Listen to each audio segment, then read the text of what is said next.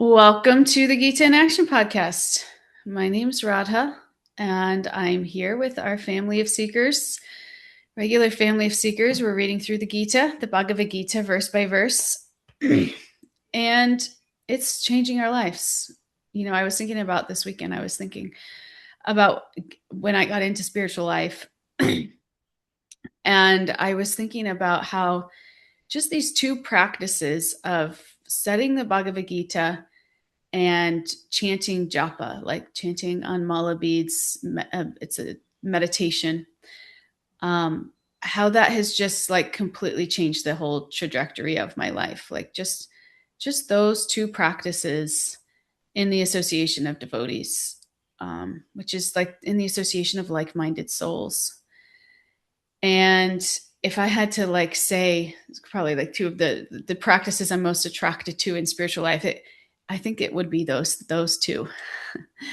So this ancient text has really saved my life, and I'm grateful for the opportunity to be here with you all, studying it. So today we are in text chapter 11. We're almost finished with chapter 11. I think we'll just have a couple more sessions, and then we'll be through it. But we're starting with text 47 today. So chapter 11, text 47. But before we get into that, Jennifer, do you want to say our prayers for us this morning? Yes, thank you. Om Ganati Mirandasya Gananjana Shalakaya Chakchurun Militam Jena Tasmai Shri Gurave Namaha. Nama Om Vishnu Padaya Krishna Prishtaya Bhutale Srimati Bhakti Vedanta Swamaniti Namane.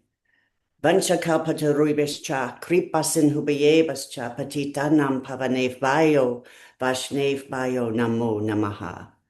Jaya Shri Krishna Chaitanya Prabhu Nityananda Shri Advaita Garaha Shri Vasadi Gaura Bhakta Vrinda. Hare Krishna, Krishna Krishna, Hare Hare, Hare Ram, Rama Rama, Hare Hare. So beautiful. Thank you, Jennifer.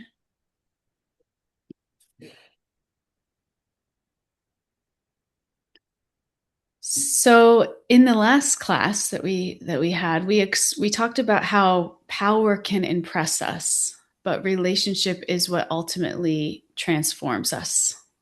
It's kind of the theme of our last class. And we saw that even after witnessing the universal form, this unimaginable display of power and time, destruction, cosmic greatness, what Arjuna wanted most was Krishna's personal form back, just his friend back. He's realizing my friend is God. God is so great. This is amazing. But at the same time, I just kind of want my friend back. And this says something really deep about the human heart, because most of us spend so much of our lives trying to feel secure through things outside of ourselves. Control, achievement, certainty, stability, success, answers.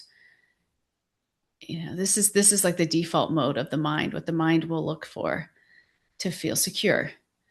We want life to feel manageable and predictable and safe. And then life happens. Something changes. A relationship falls apart. We lose something important to us. Maybe our health declines. Something destabilizes us. And suddenly we realize that the ground underneath us is not really as solid as we maybe thought or liked to believe. And for Arjuna, when he sees the universal form, it completely shatters his ordinary way of seeing reality. It overwhelms him. It disturbs him. It frightens him when he sees this kala rupa, the form of time. He sees just everybody marching into the mouth with like sharp teeth, and they're just kind of being devoured. It's quite graphic. But what's beautiful then is that Krishna, he doesn't leave him there. He gradually brings Arjuna back to peace, back to relationship, back to intimacy. And eventually Arjuna says something very significant. He says, now I have returned to my original nature. And I think this is maybe kind of the deeper theme of the section of what we're studying today, because spiritually speaking, our original nature is not fear. Our original nature is not disconnection. Our original nature is not anxiety or isolation. This is for us to learn and to realize that our original nature is loving connection with God. That's our original nature. And the more that we reconnect with that deeper reality, underneath all of the constantly changing circumstances of life, which are inevitable, this is the nature of life. But the more we connect with this deeper reality underneath it all, the more peaceful and steady we become. This is actually the security that we're all looking for. And we misplace it in other things of this world. And then we're disappointed when it turns out that they're not really as stable as we thought. But, that's really our bad. That's really our bad for thinking that they were stable in the first place and investing so much of our time and energy and heart in them, when actually the only thing that is eternally stable is our relationship with God. And that is our original nature. And so once we build our foundation on that, we learn to build our foundation on that, then everything else, when the unstable things kind of collapse, we don't collapse with them, because we are grounded in what is actually stable. So today we're going to explore what it means to be restored through relationship, and why reconnecting with Krishna is ultimately what brings the heart back home to itself. So this is another sweet section of this chapter. So we'll start with 47. So chapter 11, text 47. And are you able to read today, Shraddhanjali, or would you like somebody else to read? I can read, just can't sing. Okay, great. So we could just do 47, the English translation, if you'd like. Yes. The Supreme Personality of Godhead said, "My dear Arjuna, happily have I shown you, by my internal potency, this supreme universal form within the material world. No one before you has ever seen this primal form, unlimited and full of glaring effulgence." Thank you. So if we remember in the verse right before this, Arjuna asks to see Krishna's four-handed form. And so now Krishna's kind of like teasing Arjuna. He's reminding him like just how extraordinary this experience was of him revealing the universal form. It's kind of like a playful way. He's like, remember, Arjuna was the one who asked to see the universal form in the first place. So Krishna's basically like, Arjuna, you asked to see this form and I showed it to you. This form's incredibly rare. Like, no one's seen it before. Like, why do you suddenly want to see something else? It's kind of this like a sweet, playful conversation. Because this form wasn't something that just ordinary vision could see. This was Krishna personally revealing something far beyond ordinary human perception. If you remember, he gave Arjuna divine eyes to see it, and he's now saying, like, do you realize what I just showed you? Like, this isn't a small thing. So Krishna's emphasizing here, first, the greatness and the uniqueness of the universal form, and second, the intimacy of his relationship with Arjuna. because the fact that Krishna revealed something so rare to Arjuna says something about how special their relationship is. Like, remember, this particular form of the universal form has never been seen before. Yes, the universal form is shown in other places, but the form with Kala Rupa, the form of time, has never been shown. This particular form. And yet, even after seeing something that no one else has seen that is incredibly rare, Arjuna still wants Krishna's personal form back. Which again brings us back to this deeper theme that runs through the whole chapter, which is that power can astonish us, but ultimately relationship is what the heart is really longing for. Because that's exactly where Arjuna goes after he sees this great, vast, impressive thing. He just wants his friend back. So now we will go into 48. Whenever you're ready, Stella. O best of the Kuru warriors, no one before you has ever seen this universal form of mine, for neither by studying the Vedas, nor by performing sacrifices, nor by charity, nor by pious activities, nor by severe penances, can I be seen in the material world. Thank you. Can I be seen as this form in the material world? So Krishna is continuing to emphasize just how rare this form is. He says, no one before you has ever seen this universal form of mine. And then he says something really important. He says, this form cannot be seen through studying the Vedas, through performing sacrifices, through giving charity, doing pious activities, or even severe penances. So in other words, this vision of the universal form doesn't come because someone is materially qualified or even like spiritually impressive on paper. And this is important because sometimes we think spiritually, like our spirituality is just about accumulating accomplishments. It's like checking the box, like, okay, did I chant today? Did I study today? Like I practiced enough. I suffered enough. I followed all the rules.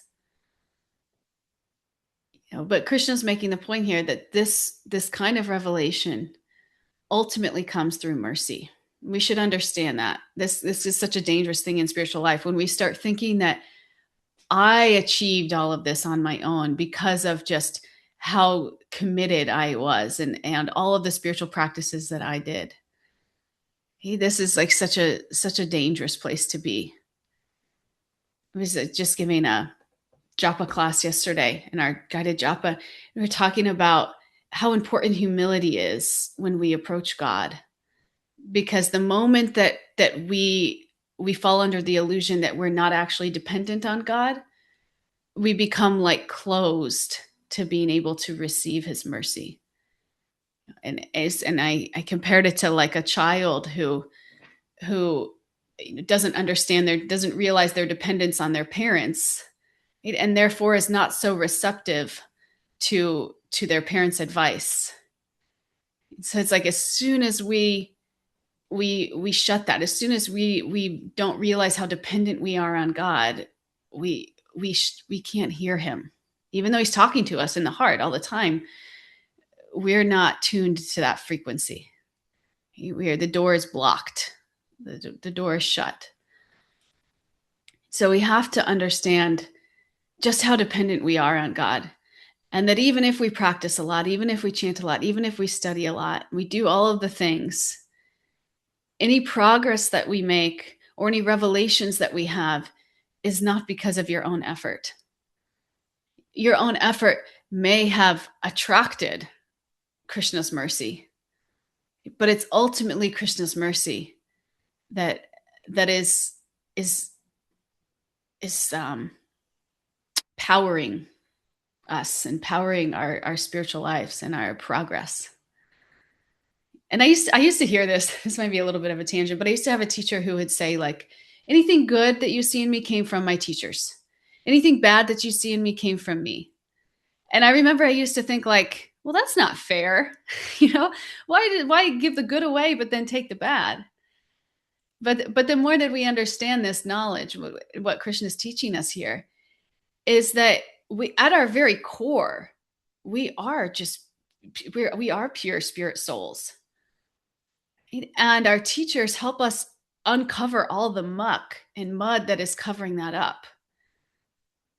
So, of course, the credit goes to our teachers for that. But if it's still covered up, it's covered up with our own gunk, right? And that's our responsibility. That's us getting in the way of the soul really shining through, of the soul's qualities really shining through. Yeah. So we are, all this to say that we're all mercy cases, and whether we realize it or not, and to the degree that we realize it, we become empowered. So that's what Krishna is saying here. This is all of this. You got to see this divine vision, this universal form, because of my mercy. Understand that it's not because anything that you do or don't do. It's just my mercy. And he says, not because of material activities either. And when we talk about material activities, we're mostly talking about things that are performed in the modes of passion and ignorance, which is like activities that are centered around the ego, control, achievement, selfish desire. Like ultimately, those kinds of activities don't really get you anywhere eternally. They may increase like your temporary bank account, but we all know when we pass it, you don't get to take that with you. That's gone. And anything like that you accumulate or earn here in the material world, it's gone. Ultimately, it's just our spiritual bank account that stays with us. Our spiritual bank account stays with us, and we get to take it to the next life. Wherever we were, we get to pick right back up. So those activities that we do in goodness, and not just in goodness, but that are devotional and kind of orientate us into relationship with God. Those are the activities that really attract God's attention and cause him to shower his mercy on us. Right? So Krishna's driving home this deeper point that this vision simply cannot be obtained through human effort alone. It's not something you can force. It's not something you can purchase through achievement. It has to be given. It has to be revealed. It comes by grace. So Krishna's just kind of continuing this playful exchange with Arjuna in this verse. He's like, it's like, Arjuna, this form is unbelievably rare. Nobody else has seen it. It can't be obtained through ordinary spiritual practice or material qualification. So why are you so eager to give it up? Like you have it. I gave it to you out of my mercy. Now you just don't even want to see it anymore. Imagine, he's like the chosen one, and he's like, it's too much. I don't want to see it anymore. Just bring me back to your two-handed form. It's very sweet. Should we move on? Or does anybody want to share anything? I have a sort of a silly question. Yeah, no questions are silly. Well, good. It's showing my lack of understanding.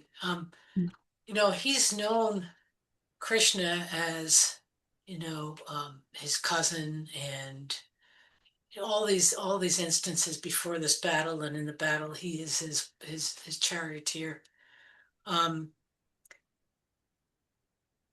So prior to the Krishna appearing in the two-arm form on the planet in this dynasty, was the process of worship of the four-arm form of Vishnu more prevalent so that they didn't even understand the two-armed form.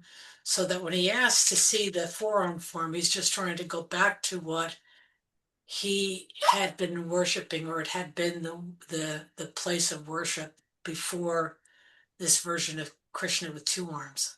I don't know if that makes any sense.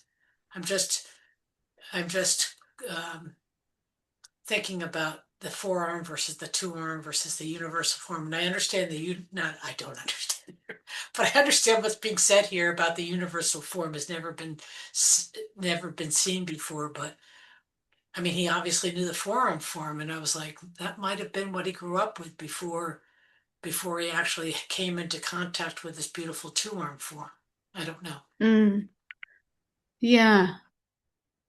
Yeah. I don't know. Maybe Kalachandji knows or Shraddhanjali knows. I don't know the answer to that question, to be honest with you. Yeah. There was in the third age, it's they did worship temple RT, that was the main form of devotional. Like in Kali Yuga, the main form is chanting the holy name. In that third age, it was temple worship. So I think it makes sense.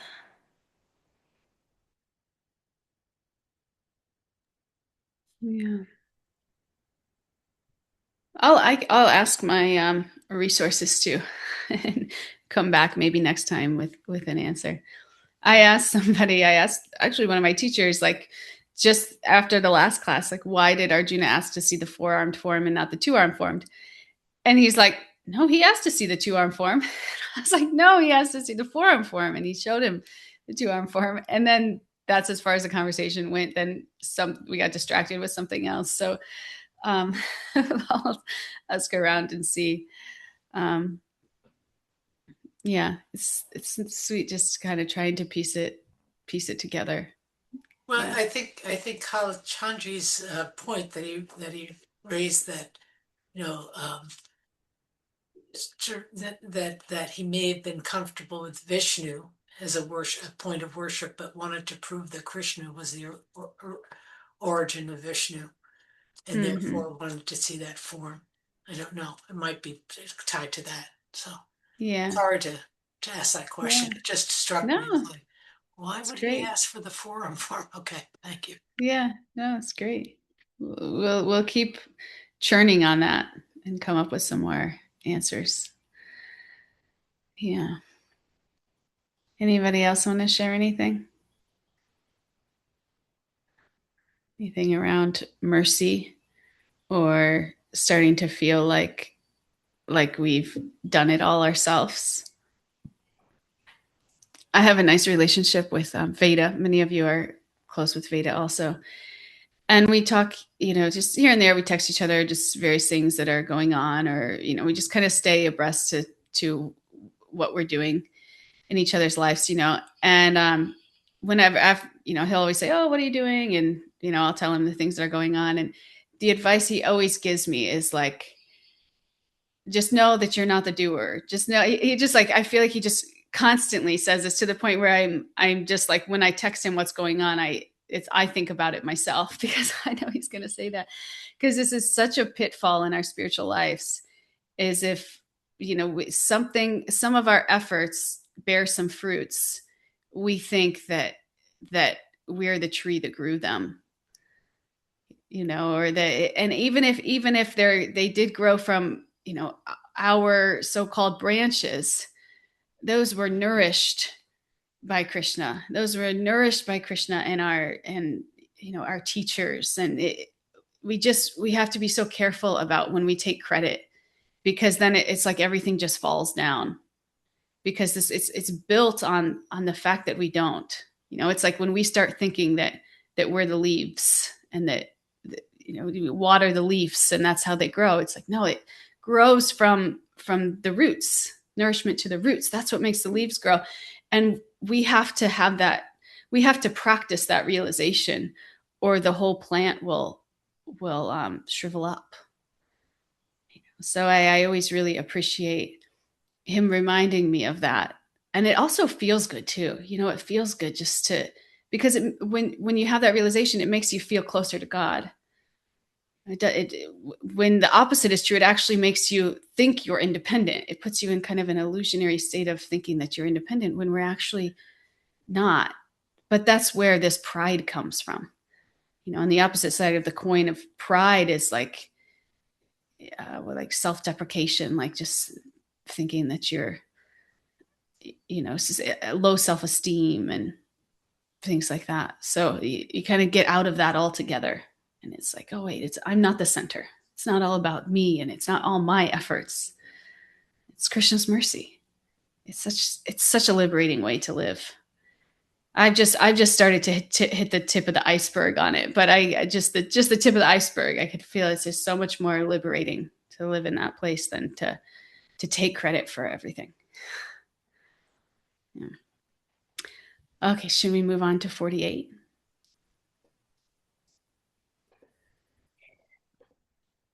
You You have been perturbed and bewildered by seeing this horrible feature of mine. Now let it be finished. My devotee, be free again from all disturbances. With a peaceful mind, you can now see the form you desire. Thank you. That was 49. I think I said 48. I was off a verse. So it's 49. Thank you. No, I was off. So you read the right verse. I told you to read the wrong verse. So perfect. Oh. Yeah. So now Krishna's responding very tenderly to Arjuna. He sees that Arjuna's become overwhelmed and disturbed and fearful after seeing the universal form. And he basically says, okay, enough. Let the fear go now. Let the bewilderment go away. And you can almost just feel Krishna comforting him here. He's just reassuring Arjuna, you're my devotee. You don't need to be afraid. Krishna tells him, now let your mind become peaceful again. Right? And you can see the form you actually desire. So through all these statements, Krishna's just blessing Arjuna back into peace. He's calming his heart. He's bringing him back into relationship. Because the universal form was important. It established Krishna's greatness beyond any doubt. This is set the gold standard. Don't believe that anybody's God unless they can reveal this form to you. But it's not really the form through which loving exchange naturally happens. And this is an important point. And this is one of the defining characteristics of a devotee, is that they're not ultimately attracted to the universal form because it's just very difficult to reciprocate love with something that's so vast and all-pervading. And that's what a devotee is really interested in, is this personal reciprocal relationship. Personal reciprocal relationship. It's imagine trying to have a personal conversation with the entire cosmos at once. How do you relate or exchange affection or offer your heart? It's just too much, But Krishna's form is different. It's a person we can speak to. You can serve him. You can offer your love practically. You can cry to him. You can laugh with him. You can pray to him. You can walk with him. He's in a human form. That doesn't mean that he's material, which can be a little bit confusing. But he's in a human form, meaning that he has 2 eyes, 2 arms, 2 legs. By all practical purposes, he appears like a human, even though he's of spiritual quality. And that's kind of the difference. But in that way, we can relate to him. And this is the heart of bhakti. This is the heart of bhakti. When people say, "Oh, what is bhakti?" It's loving devotion to God. It's loving devotion to God in a personal and reciprocal way. It's developing a personal, reciprocal, loving relationship with God. That's the practice of bhakti. So in that way, if you call God, whatever you call God, you could practice bhakti. If you're engaging in practices that help you develop a personal relationship with God. because God is unlimited. Yes, he's all powerful, all pervading, but at the same time he becomes approachable through relationship. And we all know relationship is what keeps you coming back, like keeps you, like transforms the heart and makes you want to keep coming back. It's so much more than just checking a box or just like showing up at a certain time and going through the motion. That's not really relationship. When there's real relationship, the heart is transformed. It's inevitable. We experience this in our material lives. When the relationship with a friend, or when our hearts, when there's reciprocal loving relationship and the hearts are connected, it's like, yeah, we want to show up. It doesn't feel like an obligation or something we have to do. It's just it's what we want to do. That's a natural, that's a definition, right, of real relationship. So Krishna's now, he's saying in essence, Arjuna, let me show you the form that will actually bring peace to your heart. And so now in this next verse, the camera, if there's like a camera on the battlefield, it's like it's going to shift back to the narrator as Sanjaya, and he's going to describe a little bit what's happening here. So we were kind of zoomed in to Krishna and Arjuna. Now we're kind of zooming out, and the narrator Sanjaya is gonna say what's happening here on the battlefield. If I could quickly, please. I'm muting. Hold on. Mute. Okay. Yes, please. You muted. I did mute the phone. If in thinking about Nancy's question, there is not information. There's not much information specifically about Arjuna's childhood or Arjuna's upbringing like that. The Pandavas, generally had like a more general modes of worship that may include that, but the form, Vishnu form, is not specifically mentioned. And that Arjuna, some commentators have suggested that Arjuna had an innate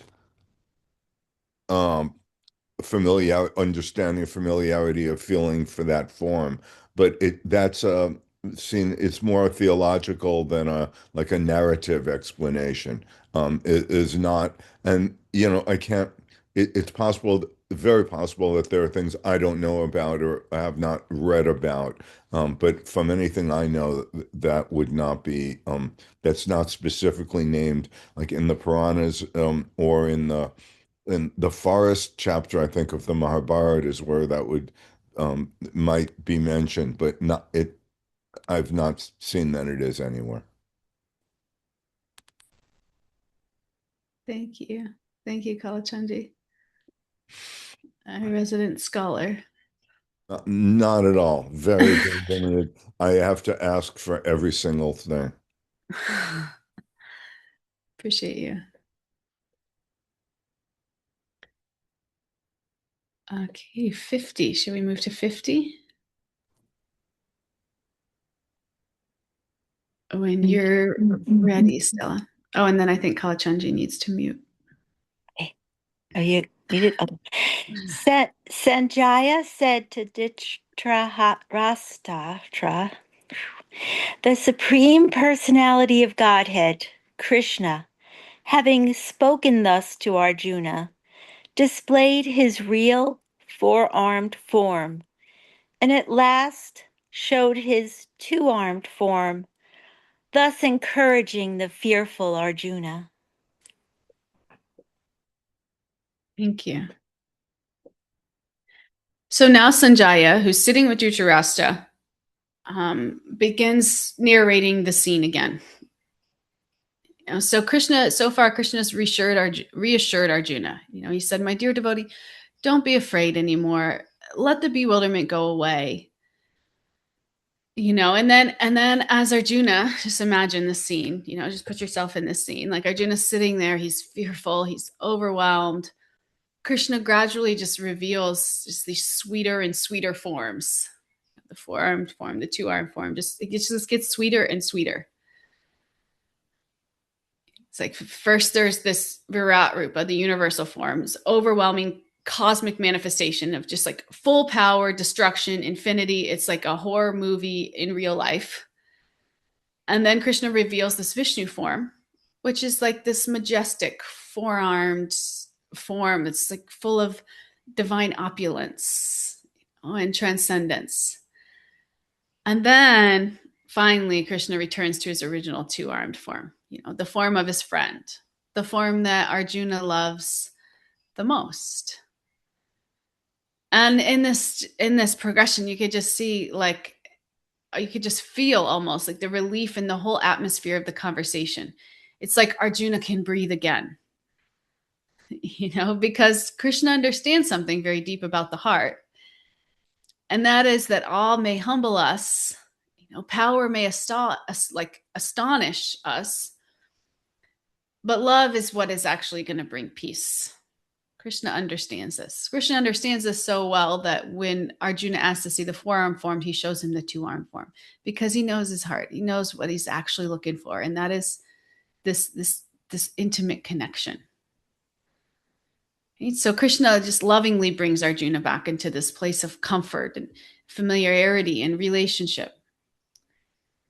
It's almost like Krishna's just guiding Arjuna from overwhelming cosmic grandeur to like back to this intimate place, from and the Brahma Samhita says this beautiful verse: only a person whose eyes are smeared with the ointment of love can see the beautiful form of Krishna.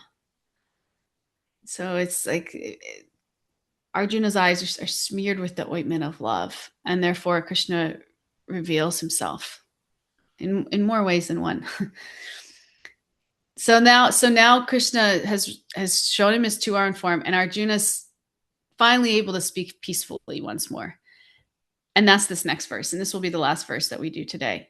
This is Arjuna, what Arjuna says after he sees this form. And can I just say that I like that Sanjaya reminded the blind king that it was the supreme personality of Godhead, Krishna. Yeah. Like he didn't just say Krishna said that. Right. Yeah. Okay. 51. Thank you for sharing, because Sanjaya Dhritarashtra is the father of Duryodhana. He's like, and that's his interest. He's like worried about Duryodhana. So his advisor here is saying the supreme person, his advisor who's talking to him. Yeah. When Arjuna thus saw Krishna in his original form, he said, "Oh, Janardana, seeing this human-like form so very beautiful, I am now composed in mind, and I am restored to my original nature." This is a perfect verse for us to end on here. He says, I've seen the form and now I'm peaceful again. My mind is composed and I've returned to my normal nature.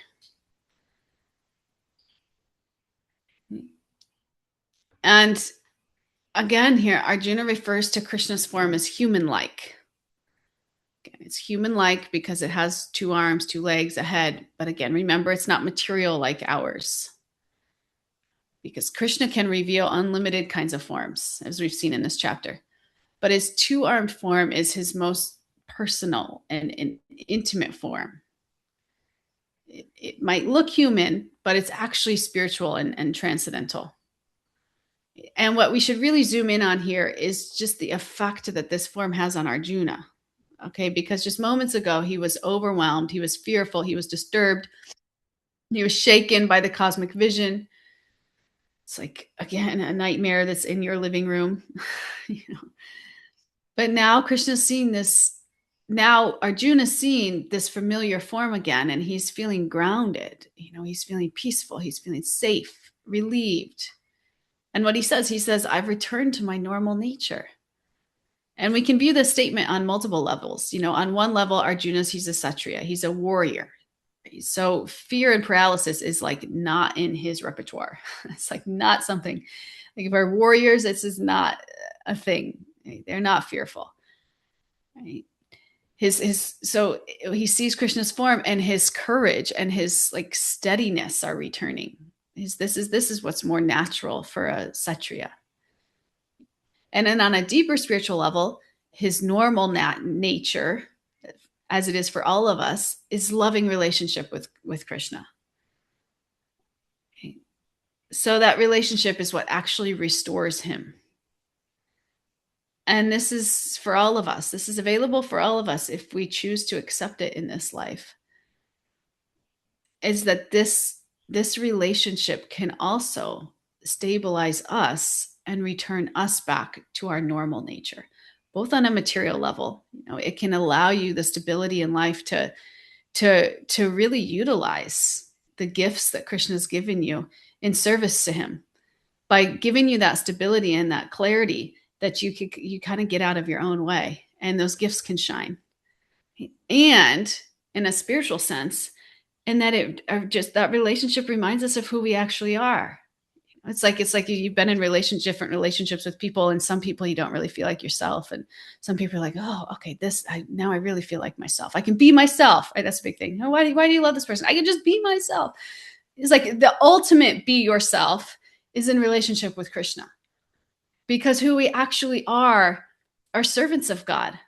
So in a relationship with him, it brings out the very best of us from our core, because it scrubs away all the dirt that's covering that up, like we said at the beginning.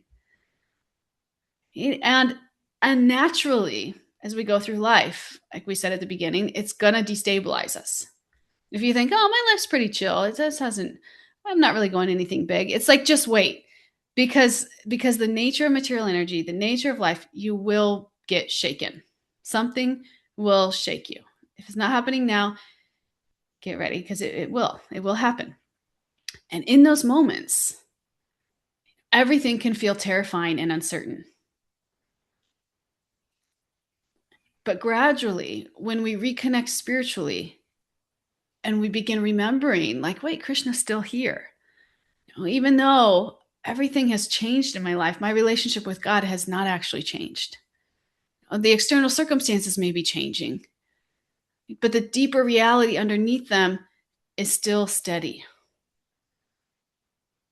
And to the extent that we reconnect with that unchanging reality that's underneath the changing circumstances of life, we'll start feeling peaceful again. We'll start becoming peaceful again. And that's what Arjuna is experiencing here. He sees Krishna's familiar form again, and it's like he just like can exhale. He says, okay, everything is all right again. I can be peaceful. Don't expect to be peaceful without relationship with God. You may experience like a temporary peace because you're like sitting at the top of a high of life, and you're thinking you're at the top of the world. You're in a good place, but just wait, because naturally it will go back down. And if we don't have a strong foundation, what's to say it won't become our, complete unravel. So this is what we learned through Arjuna in this chapter. We see he's gone through this incredible emotional and spiritual journey. He asked to see the universal form. He witnessed it. He became overwhelmed, fearful, destabilized. And what ultimately restores him is not more power, is not more information, is not more control or certainty, which is oftentimes what we look for in our moment of, when the horror movie comes into our living room. It's Krishna's personal presence. That's what restores him. Remember this the next time that you're feeling completely just knocked off your horse and you just seek more control or certainty or information. It's actually Krishna's presence that's going to stabilize you. Not more power on your own accord. And this is what we see here. Arjuna, the moment Krishna returns to his gentle, familiar form, Arjuna says, he just says in this verse, I'm peaceful again. Now I've returned to my original nature. Don't expect anything else to return you to your original nature. Not even the greatest companion, material companion you can find in this life. They may help, But ultimately, it's Krishna who will return us to our original nature. We'll have people, we'll have things, we'll have opportunities that help along the way. But it's ultimately Krishna that returns us to our original natures. Because life's going to shake us, inevitably. But this section reminds us that underneath all that, Krishna's still there. Relationship with him is still available. Love is still available. Shelter is still available. And to the extent that we reconnect with that deeper reality, we begin returning to ourselves again. And not this old self that you may be used to, not the fearful self, not the performative self, not the self trying to control everything, but this deeper self, right? The soul whose natural position is loving relationship with God.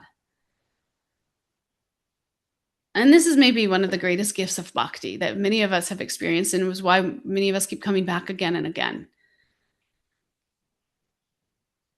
And not that it removes every difficulty from life, because it doesn't. In fact, sometimes you get into bhakti and all of a sudden your life falls apart by all external, perspectives, means. But one of the greatest gifts of bhakti is that it gives us somewhere steady to return when life becomes overwhelming. It gives us this relationship that restores us, this presence that calms us, and this love that reminds us who we really truly are. And that's what we're seeing here in this chapter. This is what we're learning through Arjuna. This is the experience that we're going on with Arjuna. If we can only just learn to take it out of these pages and see it in our lives when we're on our battlefields and life gets crazy. The horror movie comes into our living room. How do we return back to ourselves? So this is all that I had for you today.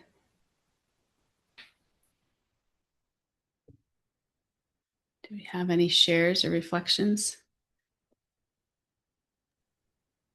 Hey, everyone. Thank you so much. It's a lot to chew on and think about this morning. And what struck me was how Arjuna had faith in all the forms. That even though there was fear, there was still this great love and devotion to the universal form, the four-armed form, and the two-armed form. And in the purport, I think it's to 1147. It describes that there was some aspect of the universal form that was shown to Duryodhana when Krishna went to try to broker peace before the battle, and made no difference. And I kept on thinking, doesn't matter how God shows up if I'm not willing to be open and accept God in my heart, that I'm never going to see him regardless of what form he shows up. So I have to be willing. So thank you. Yeah, exactly. Duryodhana just couldn't see. Thank you. Kalachandji. Yes, Hare Krishna. Another nice aspect of that incident that Nancy just brought up also connects with our class I don't know if it was the last class or class last week. That Krishna, when they don't take his idea, he feels sad. And I was wondering, how does Krishna feel when we betray his trust, or when we are not what we can be? And I also looked around and asked about that, and how he feels pain. He feels emotional pain. He feels sad, and in a sense, not at us, but for us. I just thought that was beautiful. And we don't want to make Krishna feel sad. Yeah. Thank you. It's part of that loving reciprocal relationship with God. Bhakti, we really learn to reciprocate with God like in his human form. Like he's like a person, and it makes all the difference. Because God's not limited. You know, if we said that God couldn't be a form like in a deity, for instance, that would be limiting God. So God has many forms.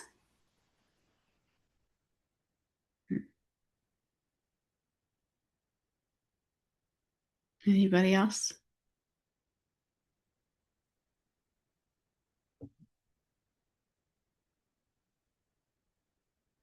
Final reflections, shares, things that you're going to take away with you this morning. Try to see more in your life.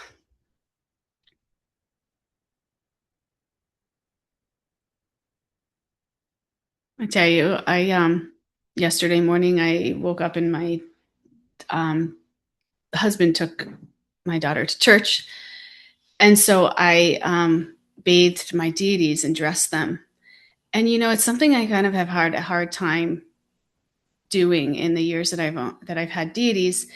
Is that like I feel like if I touch them, I'm gonna like make them dirty, or it's like I've always kind of had this hard relationship, like that too much intimacy is like I'm gonna like cause an offense or something, you know. And it's something I've just been working on because I know that more comes from me than them, you know, or it all comes from me than them. But yesterday I did that. I bathed them and I dressed them, and you know, it wasn't perfect. Like I made some mistakes as I was doing it, but it was just so sweet. I felt so much like loving reciprocation, um, in that. And I, you know, brought my gunk to it too. Like you know, I can be hurried, I can be impatient, you know, and I felt that in the same time, but I also just felt a lot of just like love and mercy and trust.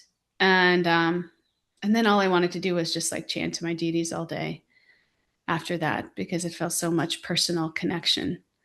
So sometimes it's like this has been a realization of mine for a while now that I've been aware of and like consciously working on. But sometimes it's just like our own gunk that we bring to the relationship with God that keeps us from really experiencing that level of intimacy that we're craving.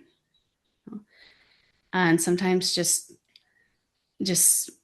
doing it anyway, you know, taking the steps and trying even imperfectly is ultimately how we get there little by little, you know. So I had a really sweet experience yesterday and was really grateful for this practice of bhakti where we get to serve God, you know, in his personal form as a deity, which is not always a practice that I've been open to, you know, my whole life, but becoming more and more grateful for. So it's just a weekend share. Yeah. Can I just say one more thing that I felt that we went to the Bhakti Center for kirtan the last Thursday night, and it was hopping, and the deities were there, beautiful, their lordships, and like when you're dancing and you're singing, and then I looked over, and it just seemed like they all were smiling like crazy, they were beaming out also their love, and I didn't even see that the whole night. It was just like for a second, it just seemed like they just were like their faces were alive and they were smiling, and it was just a moment, but it was amazing. Like they were happy that we were happily singing their names. Yeah. Beautiful. We're so fortunate that we get to reciprocate with God in this form. Yeah. Thank you. Radha, hi, Ball. Yeah. I feel like I've been a bit quiet the last few weeks. Yeah. So I think I'll Krishna's saying, add on to your deity story and be a bit vulnerable.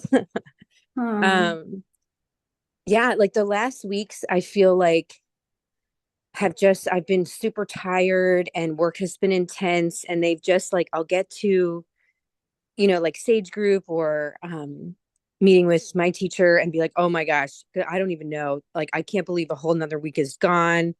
Like, time is kind of flying. And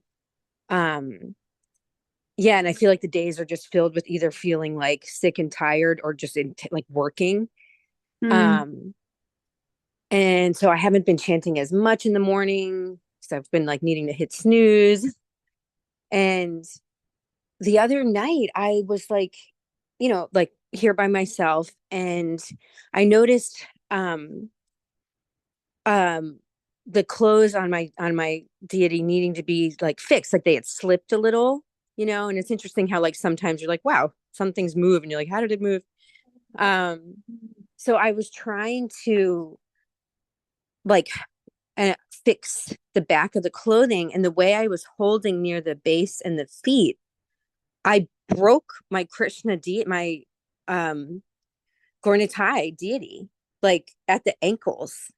And I was like in shock, and I must have just been kind of holding it at like a weak, like a pressure point where it's like thinner, and so I was like in just like shock for a minute. And then I was like, okay, well, got to fix this immediately, so and like from my world, I'm like, museum putty fixes everything, which it kind of does. So I have that here. So I put like more decorative like flower thingies around the feet that I got from iFast altar. And, you know, um, ultimately I'm going to redo it when I totally redress them. And my husband's going to help me with super glue. And I think it'll be okay. But in the moment, like I was like realizing like maybe Krishna just was like, hey, like spend more time with me. You haven't spent as much time with me in the last like 3 weeks, and it really did. I just stopped everything and like, for like 40 minutes, just like took care of this situation to the best I could. And like now I feel like, Krishna's like the 10th of a millimeter taller and like looking pretty good. And so I ultimately was only upset for like some of those minutes, and then was like, okay, this. And later my husband was like, things are like gonna break and not everything is gonna last in the same way. And I've heard like, I'm like, you're right, like eventually I'll probably need new beads, or like you have to sew your bead bag. Like I've heard like, people wear their beads out because we hold them and rub them so much, like eventually you need new beads, and like, so I just thought, I think Krishna's just like, wait, hello, like come spend some longer time with me. But I was like, who do I ask? Like, what does this mean? Like, do I ask someone? And I haven't mentioned it to anyone else yet because it was just the other night, like maybe like 3 nights ago. But anyway, I just thought I'd share that. And it was kind of making me think in the class today, like, even when we're super like sidetracked and busy and just like, what the heck, like so many days have passed, like what is even happening? Like Krishna is there, and like even when we're having sort of a different experience of not our normal amount of sadhana, or feeling like, oh my god, the material life is just like taking up so much all the time, like most of the time, Krishna is there just in like different ways, different forms. Yeah, so that was kind of making me link that all together. Hare Krishna. Wow, beautiful. What an opportunity for you to kind of pause. Yeah. I've had the same thing happen to me, by the way. My Haridas Thakur deity, his arm fell off. So I empathize with you. I'm right there with you. And actually, Gopa was at my house, a Prabhupada disciple, and she's like, let's glue this back on. And she just like glued it back on, right? It was like not even, didn't skip a beat. So yeah. Thank you. But I empathize. My first thing is like, oh my gosh, I'm not caring for them. This is. Yeah, I like couldn't believe it. I was like, what just happened? Yeah. Yeah. Thank you. Yeah. Okay, my friends. Well, I think that is all for the morning. Thank you for coming and doing what you do, being open, vulnerable, and trying. That's the process. Just try a little bit more every day. Thank you. Being a family that does that together. I'll see you all on Thursday. Hare Krishna.